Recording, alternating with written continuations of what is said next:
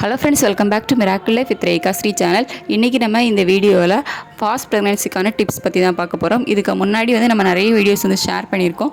சீக்கிரமாக கர்ப்பமாகிறதுக்கு எந்த மாதிரியான டிப்ஸ் எல்லாம் நம்ம ஃபாலோ பண்ணணும், எதெல்லாம் ஃபாலோ பண்ணோம் அப்படின்னா சீக்கிரமாக நம்மளால் கர்ப்பமாக முடியும் அப்படின்னு சொல்லிட்டு.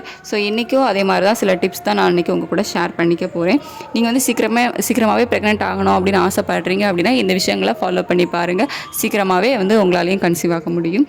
ஸோ என்னெல்லாம் ஃபாலோ பண்ணணும் அப்படின்னு பார்த்தீங்கன்னா, டிப் நம்பர் 1, நீங்கள் காலையில் எந்திரிச்சதுமே ஹஸ்பண்ட் அண்ட் ஒய்ஃப் 2 பேருமே மேக்ஸிமம் எல்லாருக்குமே இந்த காஃபி டீ குடிக்கிற பழக்கம் இருக்குது. ஸோ அதை கொஞ்சம் கம்மி பண்ணிக்கோங்க. அதுலேயும் ஒரு நாள் ஒன் டைம் குடிக்காமல் நிறைய பேர் அடிக்கடி டீ குடிப்பாங்க. 2 நேரம் 3 நேரம் 4 நேரம் நான் உங்களுக்கு கவுண்டே பண்ண முடியாது. அந்த மாதிரி அடிக்கடி டீ குடிச்சிட்டே இருப்பாங்க. ஸோ அதெல்லாம் நீங்கள் கண்டிப்பாக அவாய்ட் பண்ணணும்.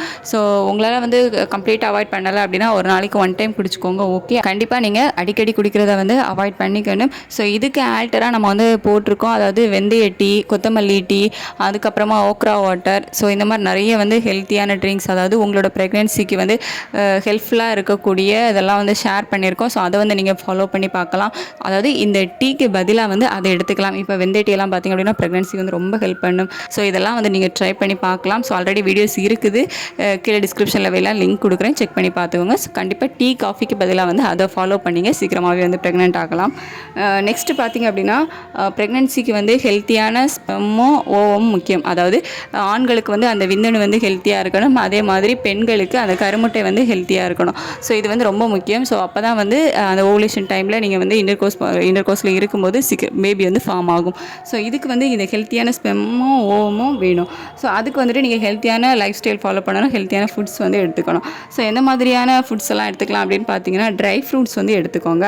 அதுக்கப்புறமா நட்ஸ், ப்ரோக்கலி சொல்லுவோம்ல, ஸோ அந்த ப்ரோக்கலி எடுத்துக்கலாம். அதுக்கப்புறமா கேரட், பீட்ரூட், கீரை வகைகள், வெஜிடபிள்ஸ் இதெல்லாமே எடுத்துக்கோங்க. ஹெல்த்தியான ஃபுட்டு எடுத்துக்கிட்டிங்க அப்படின்னாலே போதும். அதே மாதிரி நீங்கள் நான்வெஜ் சாப்பிடுவீங்க அப்படின்னா ஃபிஷ் எடுத்துக்கோங்க, எக்கு ஒயிட் எடுத்துக்கோங்க. ஸோ இதெல்லாமே பார்த்தீங்கன்னா உங்களோட ப்ரெக்னென்சிக்கு ரொம்ப ஹெல்ப் பண்ணும்.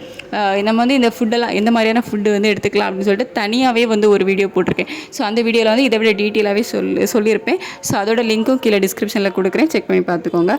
ஸோ இந்த மாதிரி நீங்கள் ஹெல்த்தியான ஃபுட்டு எடுக்கும்போது ஆண்களுக்கு ஸ்பெம் கவுண்ட் இன்க்ரீஸ் ஆகும். அதோட குவாலிட்டியும் பார்த்திங்க அப்படின்னா நல்லாயிருக்கும். பெண்களுக்கு அந்த ஓவரியிலேருந்து வரக்கூடிய ஓவம், அதாவது அந்த கருமுட்டையும் ரொம்ப ஹெல்த்தியாக இருக்கும். தேர்ட் டிப்ஸ் என்ன அப்படின்னு பார்த்தீங்கன்னா, ஆல்டர்னேட்டிவ் டேஸில் ஒன்றா இருக்கிறது. அதாவது ஆல்டர்னேட்டிவ் டேஸில் நீங்கள் இன்டர்கோர்ஸில் இருக்கிறது.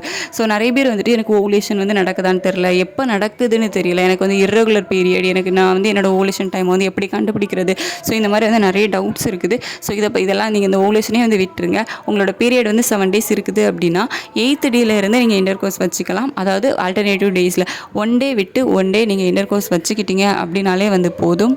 நம்ம சொல்லியிருக்கோம், இந்த பெண்களின் உடம்புக்குள்ளே, அதாவது பெண்களுக்கு யூட்ரஸ்குள்ளே போகக்கூடிய ஆண்களோட விந்தணு ஒரு 6 to 7 டேஸ் வரைக்கும் உயிரோடு இருக்கிறதுக்கான வாய்ப்புகள் இருக்குது. இதெல்லாமே அதோட குவாலிட்டிஸ் பொறுத்து ஸோ உயிரோடு இருக்கிறதுக்கான வாய்ப்புகள் இருக்குது. ஸோ நீங்கள் ஒரு நாள் விட்டு ஒரு நாள் இன்டர்கோர்ஸ் வச்சுக்கிட்டீங்க அப்படின்னாலே உங்களுக்கு எந்த நாள் ஓவுலேஷன் நடந்தாலும் அந்த நாள் இந்த விந்தணு போய் அந்த எக்கு கூட மீட் பண்ணி ஒரு பேபி ஃபார்ம் ஆகிறதுக்கு வாய்ப்பு இருக்குது.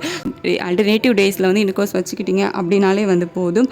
ஸோ இது உங்களுக்கு பீரியட் ஸ்டாப் ஆனால் நெக்ஸ்ட் டேலேருந்து உங்களுக்கு பீரியட் வர்றதுக்கு உங்களுக்கு தெரியும், இன்றைக்கி தான் பீரியட் அப்படின்னு வர்றதுக்கு தெரியறதுக்கு ஒரு முடிஞ்சுது அப்படின்னா ஒரு 2 to 3 டேஸ் முன்னாடி ஸ்டாப் பண்ணிவிடுங்க. இல்லை அப்படின்னா உங்களுக்கு பீரியட் வர்றதுக்கு முதல் நாள் முன்னாடி கூட இருந்துக்கலாம். ஒன்றும் அதெல்லாம் ப்ராப்ளம் இல்லை. நம்ம எப்படி அடிக்கடி இன்டர்கோர்ஸ் வச்சுக்கிட்டோம் அப்படின்னா அந்த ஸ்பெம், அதாவது ஆண்களோட விந்தனோட குவாலிட்டிஸ் கம்மியாயிடும் அப்படிங்கிற மாதிரி ஒரு மித்து இருக்குது. அதெல்லாம் கிடையாது.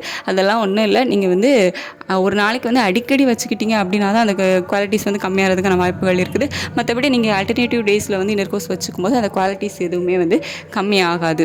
இது நீங்கள் ஃபாலோ பண்ணும்போது உங்களுக்கு இர்ரெகுலர் பீரியடாக இருக்குது அப்படிங்கிறவங்களுக்குலாம் ரொம்ப ஹெல்ப்ஃபுல்லாக இருக்கும். ஸோ ஓவுலேஷன் தெரியாதவங்கலாம் இதை ஃபாலோ பண்ணி பார்த்தீங்க அப்படின்னா ரொம்ப ஹெல்ப்ஃபுல்லாக இருக்கும். இப்போ உங்களுக்கு கன்ஃபார்மாக தெரியுது, எனக்கு ரெகுலர் பீரியட் தான், அந்த டைம் தான் ஓவுலேஷன் அப்படின்னு தெரிகிறவங்க ஓவுலேஷன் டைமில் இன்டர்கோர்ஸ் இருந்துக்கலாம். மற்றபடி தெரியலை அப்படிங்கிறவங்களும் சரி, இல்லை உங்களுக்கு தெரிஞ்சாலும் ஓகே, இந்த மாதிரி இருந்துக்கிட்டீங்க ஆல்டர்னேட்டிவ் டேஸில் இருந்தீங்க அப்படின்னாலும் ஒன்றும் உங்களுக்கு ப்ராப்ளம் இல்லை. ஸோ அதை கூட நீங்கள் ஃபாலோ பண்ணிக்கலாம். பட் ஒரு முக்கியமான விஷயம் என்ன அப்படின்னு பார்த்தீங்கன்னா, உங்களுக்கு பீரியட் வரதுக்கு 1 வீக் முன்னாடி வரைக்கும் நீங்கள் இன்டர்கோர்ஸ் இருக்கீங்க, அதாவது உங்களுக்கு பீரியட் வரதுக்கு முந்தின நாள் ஒரு நாள் முன்னாடி வரைக்கும் நீங்கள் இன்டர்கோர்ஸ் இருக்கீங்க அப்படின்னா அந்த டைமில் தான் வந்துட்டு ரொம்ப ஃபோர்ஸ்ஃபுல்லாக வந்து இருக்கிறத கொஞ்சம் அவாய்ட் பண்ணிக்கோங்க.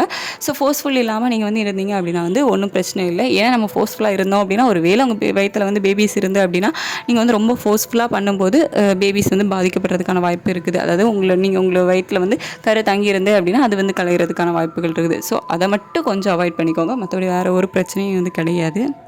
அதுக்கப்புறமா வந்துட்டு நீங்கள் பேபிக்கு பிளான் பண்ணுறது.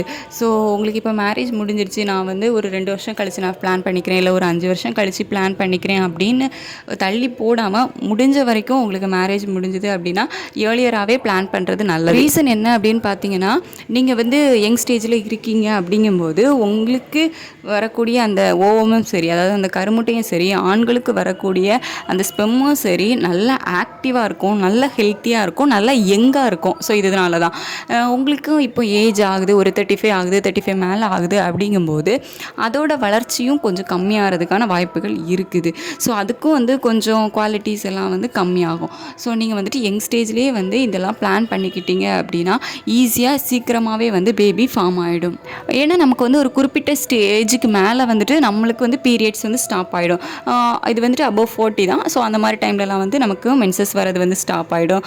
ஆண்களுக்கும் பார்த்தீங்க அப்படின்னா அந்த இதெல்லாம் வந்து கம்மியாகிடும்.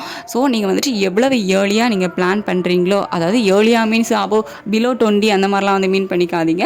ஒரு 25 அந்த 25க்கு மேலே வந்து நீங்கள் பிளான் பண்ணிக்கோங்க. அதாவது 30க்கு மேலே வந்து நம்ம பிளான் பண்ணிக்கலாம் அப்படின்னு இருக்காமல் ஒரு 25லேருந்து 30க்குள்ளே நீங்கள் பிளான் பண்ணிங்க அப்படின்னா வந்து கரெக்டாக இருக்கும். ஸோ இந்த டைம்லலாம் நீங்கள் பிளான் பண்ணிங்க அப்படின்னா உங்களிருந்து வரக்கூடிய அந்த ஓவமும் சரி, ஆண்கள்லேருந்து வரக்கூடிய ஸ்பெம்மும் சரி ஹெல்த்தியாக இருக்கும், பேபியை வந்து ஹெல்த்தியாக இருக்கும். ஸோ உங்களோட உடம்பு வந்து அவ்வளோவா பாதிக்கப்படாது. நீங்களும் வந்து ஹெல்த்தியான பேபியை வந்து பெற்றுக்கலாம். சில பேருக்கு வந்து நான் சொல்கிறது வந்து ரொம்ப வியர்டாக ஒரு மாதிரி இருக்கலாம். பட் இருந்தாலுமே என்னோட சிஸ்டர்ஸாக நினச்சி என்கிட்ட வந்து நிறைய பேர் கேட்குறாங்க. ஸோ அவங்களுக்காக வந்து நான் ஷேர் பண்ணிக்கிறேன்.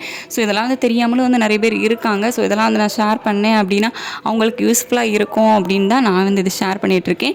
சில பேருக்கு வந்து பிடிக்காமல் இருக்கலாம். பிடிக்காமல் இருந்துச்சு அப்படின்னா ஸ்கிப் பண்ணிவிடுங்க. ஸோ இந்த வீடியோ யூஸ்ஃபுல்லாக இருக்கவங்களுக்கு கண்டிப்பாக வந்து பாருங்கள். கண்டிப்பாக வந்து யூஸ்ஃபுல்லாக தான் இருக்கும். ஸோ அந்த வீடியோவில் நேரம் பொறுமையாக பார்த்தவங்களுக்கு தேங்க்யூ ஸோ மச்.